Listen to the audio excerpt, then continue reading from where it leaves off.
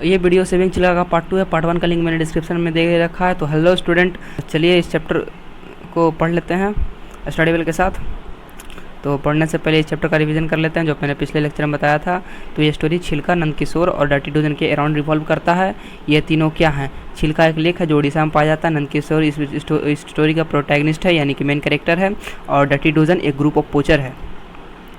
छिलका बहुत सुंदर था, लेकिन कुछ समय एक ऐसा समय भी था जब वो रेड लिस्ट में शामिल होने वाला था, लेकिन नंदकिशोर ने इससे मेहनत से बचाया है और इसी को पढ़ना है। हमने पिछली वीडियो में इन दोनों के बारे में बता दिया था, छिलका का पूरा डिटेल, नंदकिशोर का एंट्री बता दिया था। अब नंदकिशोर ने क्या क्या कार्य किए और डर्टी डोजन का इसमें क्या रोल रहा, इसको इस वीडियो में समझते हैं। आइए तो स्टार्ट करते हैं। नंदकिशोर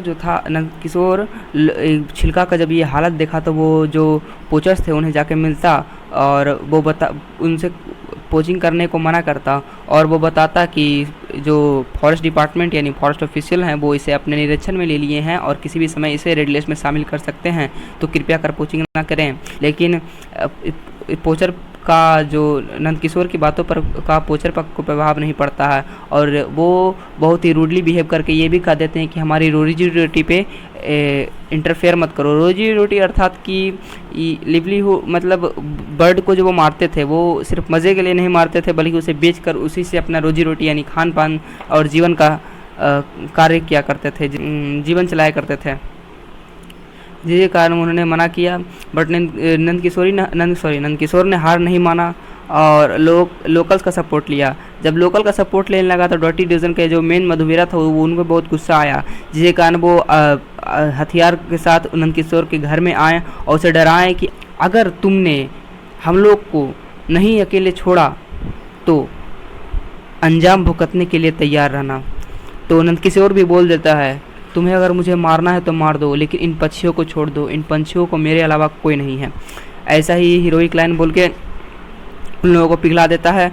और जब एक हफ्ता बीत जाता है तो जो मधुवीरा होता है वो लोग उनके डोर पर आते हैं, मतलब कि नंदकिशोर के डोर पे आते हैं और बोलते हैं कि तुम्हारे बातों ने हमारे दिल को छू लिया और अब हम पोचिंग नहीं करेंगे और अपने जो इतने भी वेपन्स रहते हैं उसे लेक में फेंक देते हैं और ये प्रण लेते हैं। प्लीज़ मतलब प्रण होता है कि हम छिलका को सेव करेंगे।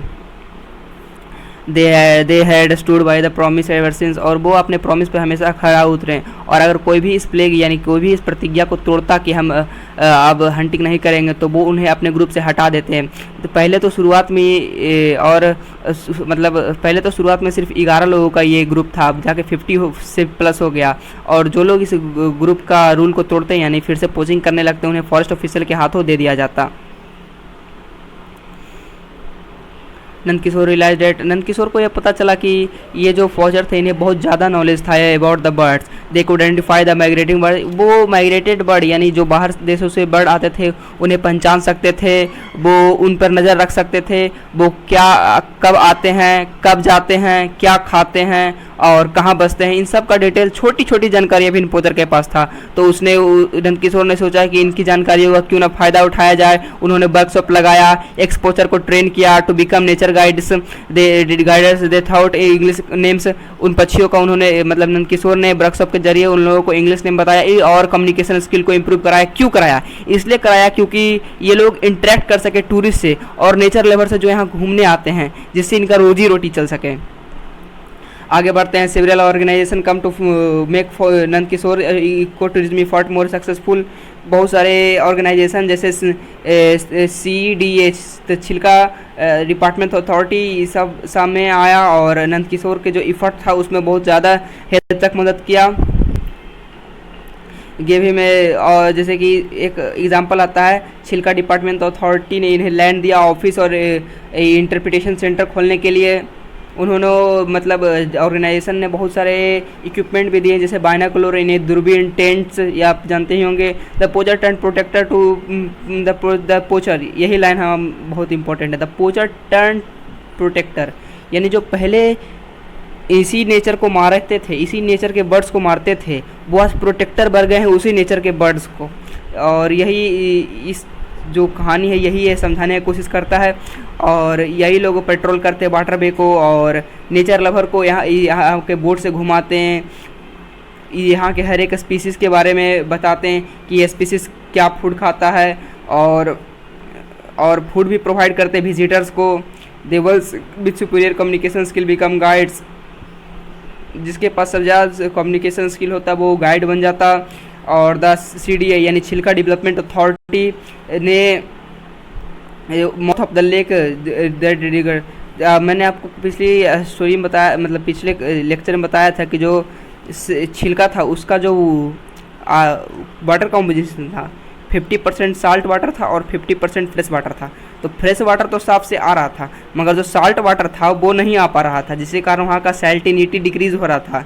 मतलब जो composition of water composition of water बिगड़ रहा था, जिसके कारण भी एक रीज़न था कि वहाँ का जो रिच डाइवर्सिटी था ख़त्म हो रहा था। लेकिन CDA ने इसको वापस रिस्टोर कर दिया। कैसे रिस्टोर कर दिया? जहाँ जहाँ से पानी आना बंद हो रहा था वहाँ पर मौत खोल दिया, यानी कि उस जगह को जो भरा गया था उसे खंद करके, मतलब उसे को गड्ढा करके पानी को वापस छिलका लेक तक पहुँचाया गया, जिसके कारण सारा प्रॉब्लम सॉल्व हो गया। अब फाइनली इन 2002 छिलका was remove from the red list. 2002 में छिलका को रेड लिस्ट से रिमूव कर दिया गया। और ये सिर्फ मात्र एक इकोसिस्टम है पूरा एशिया में जो कि डिग्रेडेड लिस्ट से वापस आया है। स्टोरी बाय गंगाधरन, यही इसके कर्ता धर्ता हैं। तो मैं थोड़ा सा क्विक रिवीजन कर देता हूँ। जब स्टोरी पढ़ रहे थे तो इसमें मेनली हम लोगों को क्या बताया गया? सबसे पहले तो छिलका के बारे में बताया गया कि वो कितना वास्ट है, कितना अच्छा है। उसके हिस्ट्री के बारे में बताया गया कि ये अभी सुंदर दिख रहा है लेकिन रेड लिस्ट में जाने वाला था, बहुत डिग्रेडेड साइट हो गया था, लेकिन इसे बचाने में बहुत अहम रोल निभाया नंदकिशोर ने। ठीक है, तो और जो रीज़न बताया गया था इसके डिग्रेडेड साइट के लिए, उसका प्रॉब्लम कैसे सॉल्व हो गया मैं आपको बताता हूँ। इसका 2 रीज़न था डिग्रेड होने का। पहला कि इसका साल्टिनिटी घट रहा था, दूसरा था कि पोचर बढ़ रहे थे। तो पोचर को तो प्रोटेक्टर में बदल दिया नंदकिशोर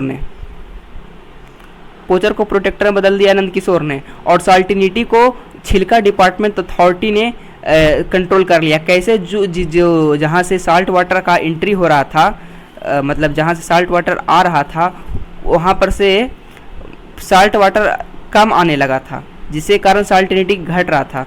तो वो जो जहाँ से ब्लॉक हो गया था उस मौत को खोल दिया, जिसके कारण प्रॉब्लम सॉल्व हो गया। समझ में आया होगा सेविंग छिलका। और बस ये द एंड है। पढ़ते रहिए स्टडी बेल के साथ। और अगर आप क्लास 8 की तैयारी 98% तक करना चाहते हैं तो ये वीडियो ज़रूर देखें। और 60 सेकंड ऑफ दिस चैप्टर को देखने के लिए ये वीडियो जरूर से कट करें, और कुछ रैंडम देखने के लिए ये